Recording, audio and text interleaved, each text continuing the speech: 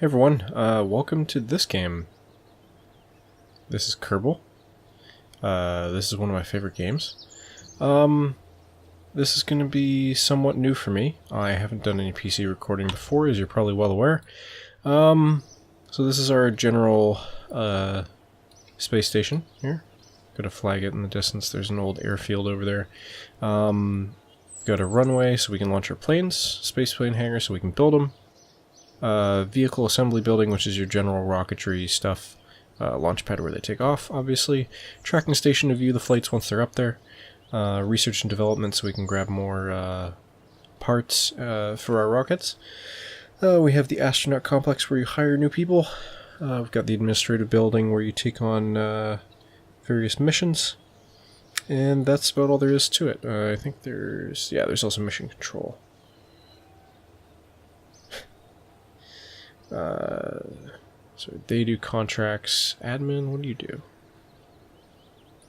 The fuck do you do? Oh, this is like money management. Okay. So I will say before I get into this is just a test run for me, so this will probably go up because I'm running out of time to record stuff before I go back to school, so I'm probably just gonna put up whatever shit I have.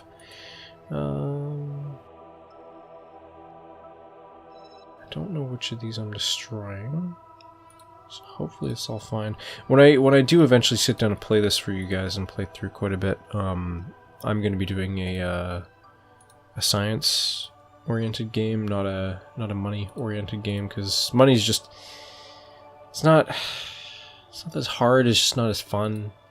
Kind of restricted by money, obviously. But you have to do all this shit for contracts, which are just ridiculous sometimes, and I don't know, it's whatever. Some people probably like it, but I'd prefer just the science stuff. So, my current issue with this file right now is I'm trying to get this fueler over here with very little fuel, first of all, because it took way too fucking much to get here, to my other ship over here, which is actually just pushing a beginning of a moon base towards the moon. So docking in this game, not necessarily super hard, not necessarily super easy. My current problem is that this game doesn't allow you to fit docking ports that are different sizes. So you might see that this little docking port here is kind of small. It's the average size. This one is significantly larger, and doesn't fit. So that sucks. Basically what I have to do is fucking restart the whole thing. Fucking where are we going there? Oops. We go down. So this is using my RCS here, which is can't remember what that stands for. Basically it's just small puffs of air or a propellant, monopropellant, which... I have a cold, sorry. I feel like shit right now. The smoke in the air is getting to me very quickly. Well, it's taken a week, but still finally fucked me over. Not that I wasn't expecting it, but... I'm not super crazy about the controls on this one. Actually, I think I fucked them up. Yeah. As you can see, if you watch my speed here in the target area, you can see I'm currently moving towards the target at this speed. And as I fire in the opposite direction, I'll go now the opposite way, so... It's a bit of a bitch right now, because I can't orient this fucking thing the right way, so maybe that'll help. Let's see if that helps. Nope, that's still the wrong directions.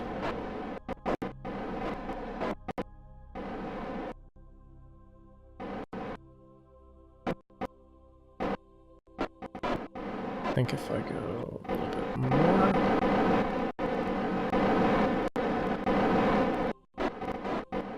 Nope, still, yeah. Anyways, the controls for this thing right now are just fucking a mess. And I'm probably doing an awful job of showing you how to dock, which is not really the first thing I wanted to do in this game. I want to build a rocket, so fuck it. I'm going to just build some shit for you guys, because that's way more fun than this. I'm gonna have to deal with this on my own time. I'm gonna have to fucking bring up another piece and just bring in some sort of adapter that fits one side is the big side and one side is the small side, and it's gonna take fucking an hour to get it up there and shit. And this game is really fun when you're doing stuff correctly, and then it can be a bit punishing when you screw it up. Okay, so this is our vehicle assembly building. I'll throw something in here just so you can take a look around. It's nice and tall. I have definitely built things up to the ceiling and things that go into the ceiling, and it's set at that height. So if you get up there, there's nothing else. You can't go any higher. I sound super different to myself right now, but I don't know if I sound that way to you guys. So let's see. Let's build us just a simple basic rocket. So you have to start. You can't usually. You can throw in an engine, I think. Yeah, you can throw engines in, but you can't throw in. What the fuck? They made them all look the same. I don't like that. I can't tell what they are anymore by visuals. Eesh. Anyway, so as you can see, some of these are grayed out. Things will be grayed out because we haven't put in our initial command module. So this is pods, is what the category is. We've got fuel tanks, engines, command and control, structural, coupling, payload, aerodynamics, ground, thermal, or just fire, electrical, communication, science, and utilities. So I'll go through each of them as we build a rocket here. Usually you need to use all of them. Not necessarily, but it's often good to use all of them. Sometimes. Okay, so basic pod here suits a single person. Excuse me. Thank you. Weird. It wasn't normally it. Oh, there we go. It pins the information. Can you fucking do what you're supposed to? Are you serious? Huh. I don't. Oh, weird. Anyway, right mouse button, as you might see right down here. You're supposed to pin it. Oh, now it's fine. Making me look like an asshole? Stupid fucking. Anyway, it allows you to pin it so you can scroll through. So some of the command modules come with monopropellant, some come with electric charges. Actually, I think all of them come with electric charges except for maybe this seat. You can generally see that. I can't point like I'm pointing at my screen right now. Anyway, we got a whole bunch of different things. You've got some that look more, you know, like a jet. Successful rocket here. For those of you who might be familiar with Spore, it's a very similar building system to Spore. So this part here is a remote controlled guidance module, so it does everything that a human can. So this allows us to leave the spacecraft and leave it unmanned for a little bit and still have full control over it. Sometimes it's fine if you don't have control over it, but it's usually better to have control. So this is our basic rocket fuel or pod here. I'm probably not going to do a very good job of building this one today just because I'm not really super focused on it. So now we're in the fuel tank category. Of course, we've got, let's see, our smallest fuel cells would be like these. Just put them on top here. Same with the regular size ones. So this is a regular, like, for a rocket. This comes with 45 liquid fuel. The one below it comes with 27. So it's significantly smaller, like you'd use this on like a rover or little probe or something like that. And then, of course, they increase in size. I don't know why they've moved the sizes around, but they have. Where's the next size up? Is it this guy? No, that's like 2 sizes up, I think. Maybe not. Yeah, I guess it's the next size up. Because that's the adapter there. Fuck off, please. Yeah, so that's the adapter there between those 2 sizes. So that's the next size up there. Not that much bigger. And then, of course, you got this fucking thing, which is just massive. Okay. so we've got our little probe here.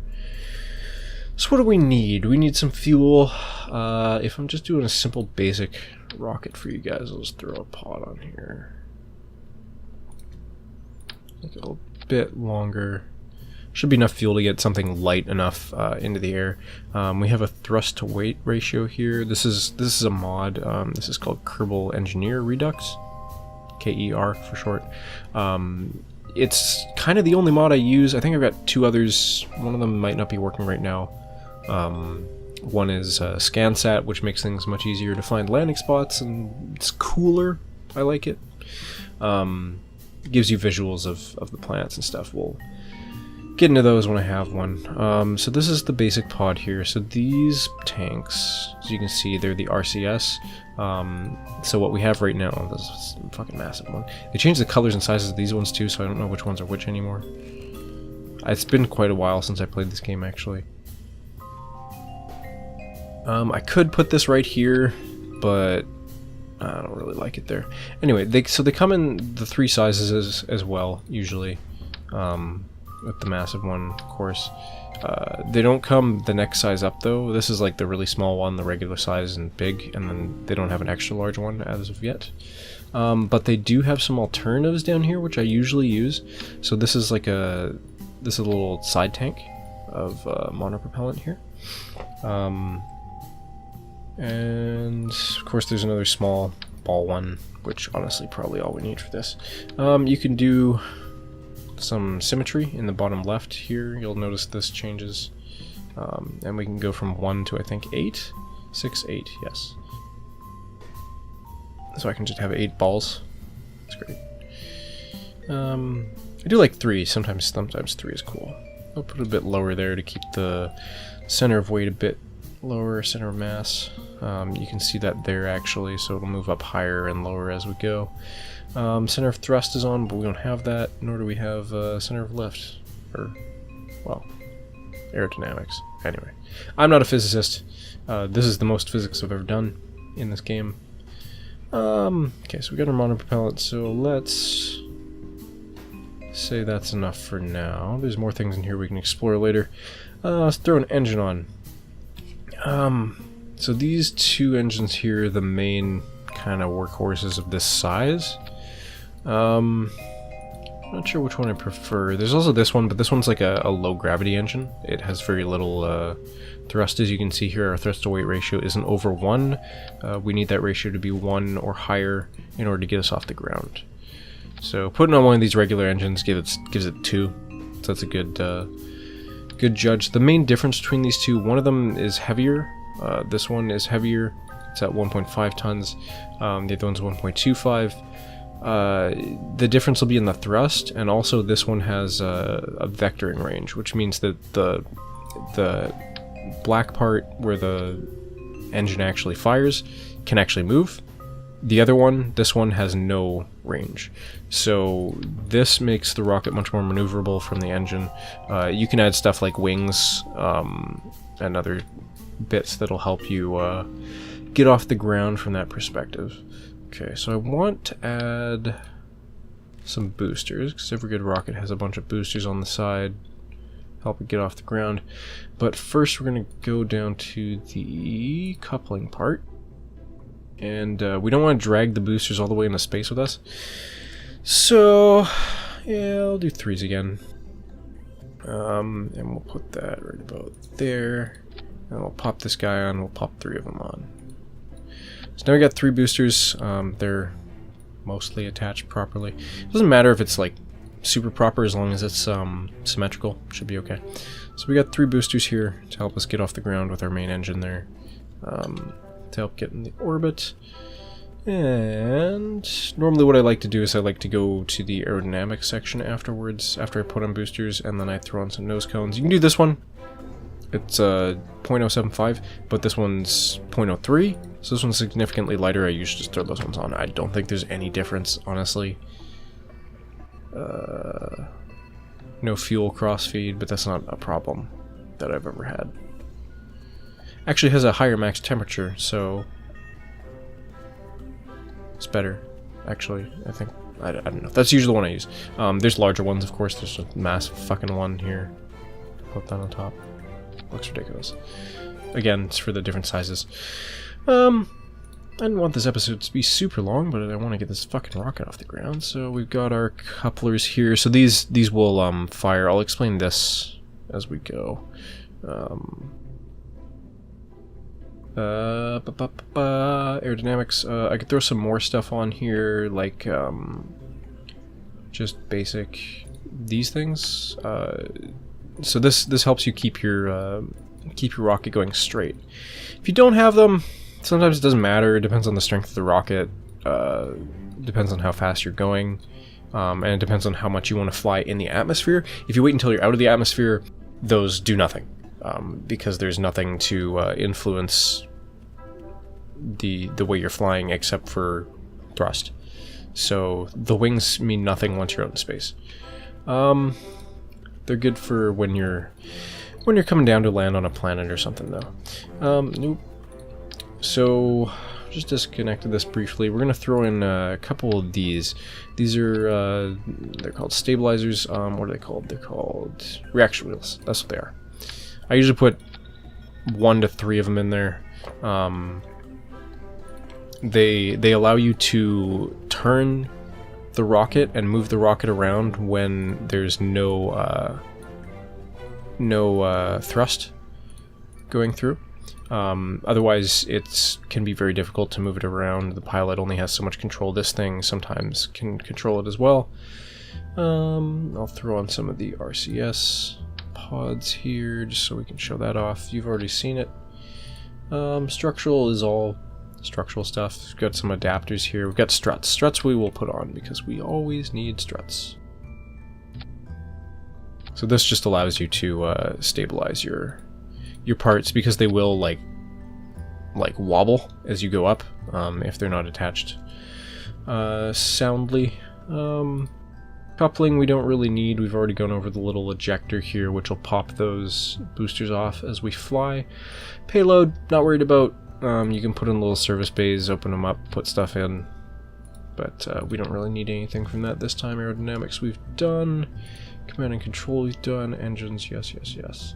So, ground, wheels, landing gear. This thing's not going to be on the ground though, so it doesn't really matter.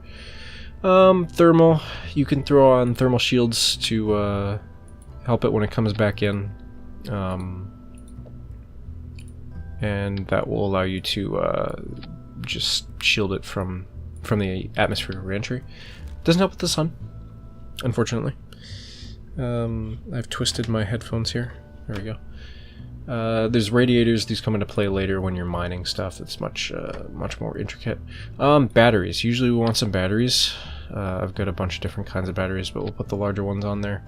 These ones are radial. They go inside the like the inline stabilizers did there. And of course we have solar panels.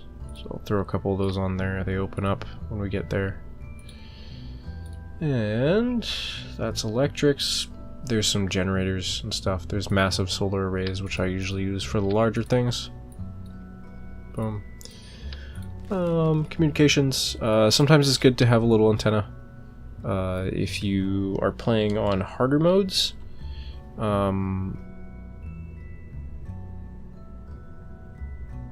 it'll require you to actually have direct contact to Earth, or in this place it's called Kerbal. So you get stronger communicators and stuff for that. Science, monitor a multitude of different experiments you can do when you're up there scanning. This is where the satellites that I have come in. I don't want that one. I guess that's the smallest one. Alright. Pop one of these on here.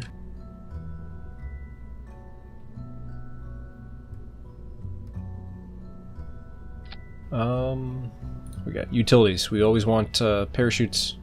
Come back down to the ground. That's my basic one. So I'm gonna have to remove this antenna. Fuck it, whatever. It'll survive. So we have here our staging. I'll explain this on the runway as we fly.